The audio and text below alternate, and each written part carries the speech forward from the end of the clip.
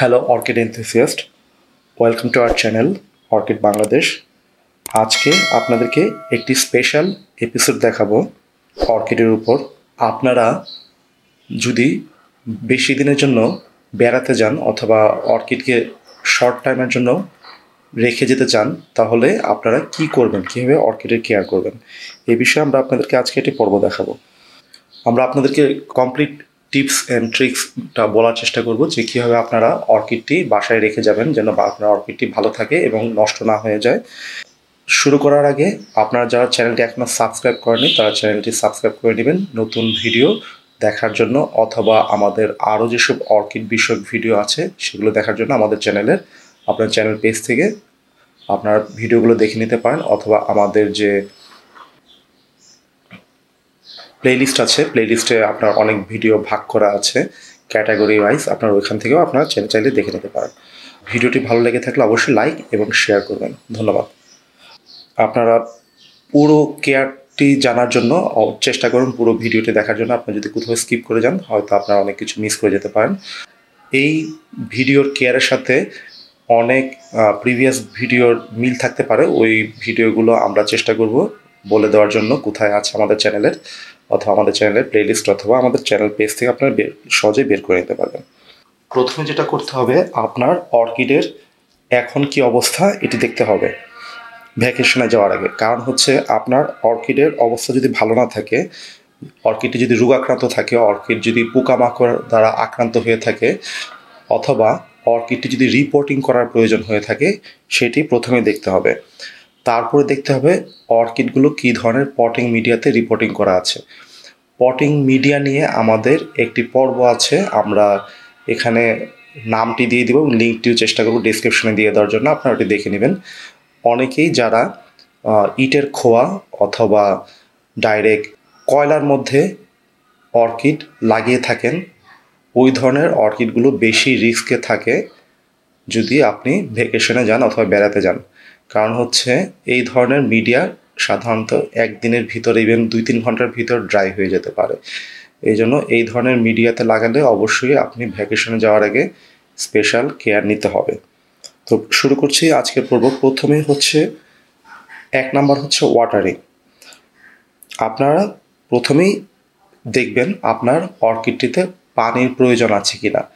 যদি আপনার অর্কিডটি স্প্যাগনাম মসে লাগানো হয়ে থাকে, ওই ক্ষেত্রে দেখা যায় আপনি যদি একটা শর্ট ভ্যাকেশনে যান 7 থেকে 8 দিন, আপনার অর্কিড তেমন পানির প্রয়োজন হবে না। কারণ স্প্যাগনাম মস যদি ভালো মতো ওয়াটারিং করা হয়ে থাকে, আপনার যাওয়ার আগে যদি ভালো মতো পানি দিয়ে যান স্প্যাগনাম মসে, তবে 1 সপ্তাহ থেকে 15 দিন পর্যন্ত পানির প্রয়োজন হয় না।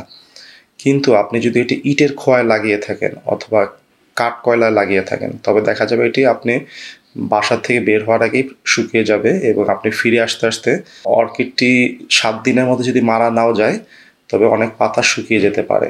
আর আপনি যদি লং টার্মের জন্য যান, 10 দিন 15 দিনের জন্য বা 20 দিনে 1 মাসের জন্য বা আরও বেশি দিনের জন্য, ওই ক্ষেত্রে অবশ্যই আপনার ইটের খোয়া অথবা কাঠ কয়লা পরিবর্তন করে এমন মিডিয়াতে লাগাতে হবে, যেমন হতে পারে কোকো হাস্ক অথবা আপনার স্প্যাগনাম মস টাইপের মিডিয়া দিয়ে দিতে হবে। আরেকটি কাজ করা যেতে পারে, ভালো মতো রিপোর্টিং করার পর আপনার অর্কিডগুলোর নিচে একটি হিউমিডিটি ট্রে দিতে পারেন। হিউমিডিটি ট্রে কী জিনিস আমরা আপনাকে স্ক্রিনে দেখিয়ে দিব।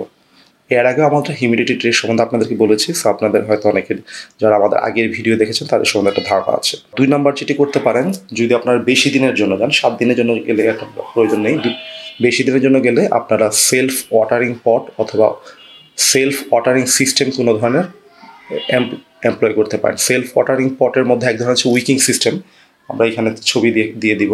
দ্বিতীয় পট হচ্ছে আপনারা চাইলে যদি কারো বাসায় স্যালাইনের ব্যাগ টাইপের কিছু থাকে, ওই ধরনের ব্যাগ থেকে আপনার যদি হালকা 1 ড্রপ করে পাশে দিয়ে দেন পানি, তো ওই ক্ষেত্রে দেখা যায় আপনি ফিরে আসতে আসতে আপনার অর্কিডটি নষ্ট হবে না। তবে বেশি দেওয়া যাবে না এবং পানিটি অবশ্যই আপনার অর্কিডের শিকড় থেকে দূরে মিডিয়ার উপর দিতে হবে, খেয়াল রাখবেন। পরে 3 নাম্বার হচ্ছে অর্কিডগুলোকে একসঙ্গে রাখা। অর্কিড যদি আপনি একটার সঙ্গে একটা লাগিয়ে রাখেন, মানে এই পটের পাশে আরেকটা পট ফাঁকা ফাঁকা না রেখে যদি অনেকগুলো পট একসঙ্গে রাখেন, তবে যেটা হয় অনেকগুলো অর্কিড একসঙ্গে থাকার কারণে সহজে ড্রাই আউট হয় না।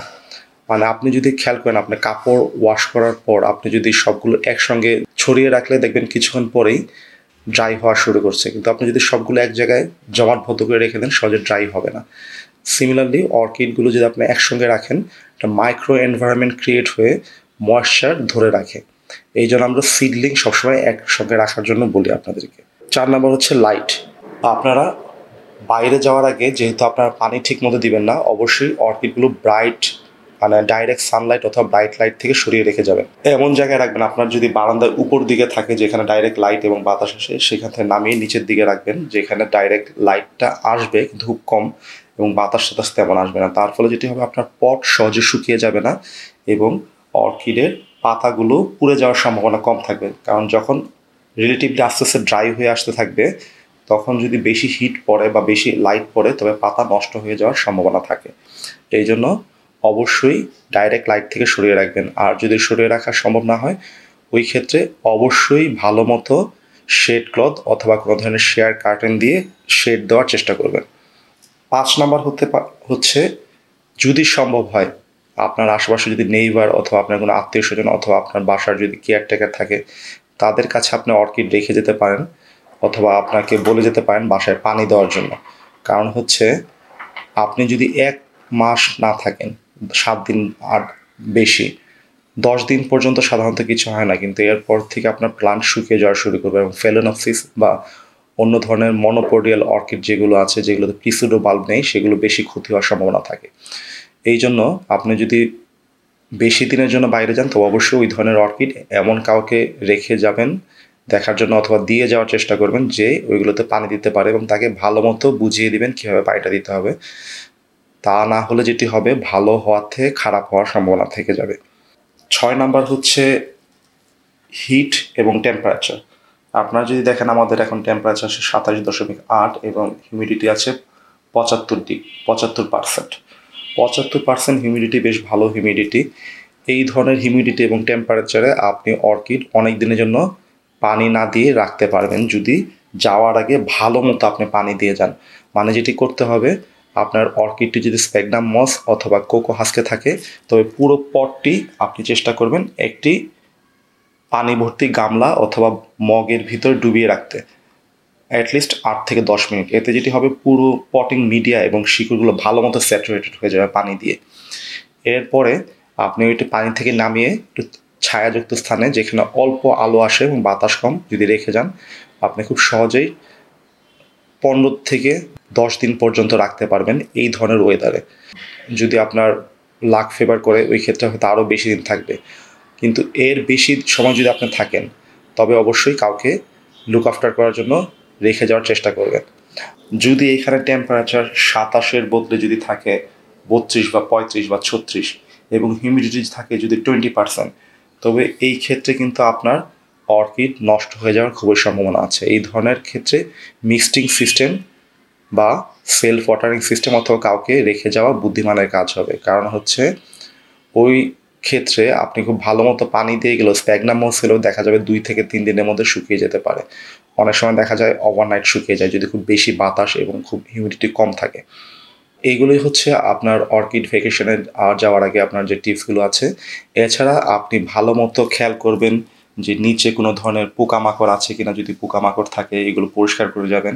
পোকামাকড় কীভাবে ক্লিন করতে হয় স্পেশালি আপনার মিলিবাগ এবং অন্যান্য পোকামাকড় সেই সম্বন্ধে আমাদের টিপস দেওয়া আছে, আমরা ভিডিওগুলো লিঙ্কে দিয়ে দিব এবং আপনার স্ক্রিনেও দিয়ে দিব নামগুলো যেন আমাদের চ্যানেল থেকে বের করে নিতে পারেন। চেষ্টা করবেন অবশ্যই ভালো মতো পানি দিয়ে রাখতে। টিপস নাম্বার 2 হচ্ছে যদি আপনার কয়লায় অথবা সুরকিতে লাগানো হয় ওটি চেঞ্জ করে আপনার স্প্যাগনাম মস অথবা কোকো হাস্কে দিয়ে দেওয়ার জন্য। আমাদের অধিকাংশ ভিডিও হচ্ছে ভিউয়ার সাজেস্টেড। আপনি যদি কোনো ভিডিও দেখতে চান অথবা আপনার যদি কোনো মতামত থাকে তবে আমাদের ইউটিউব কমেন্ট বক্স অথবা আমাদের ফেসবুক পেজ অথবা আমাদের গ্রুপে লিখে জানাতে পারেন। আমাদের ফেসবুক পেজ এবং গ্রুপ এবং লিঙ্ক আমাদের ডেসক্রিপশন বক্সে দেওয়া থাকে এবং ভিডিওর শুরুতেও সাধারণত আমরা স্ক্রিনে দিয়ে দিই। আজ এই পর্যন্ত। ভিডিও ভালো লেগে থাকলে অবশ্যই লাইক এবং শেয়ার করবেন। ধন্যবাদ।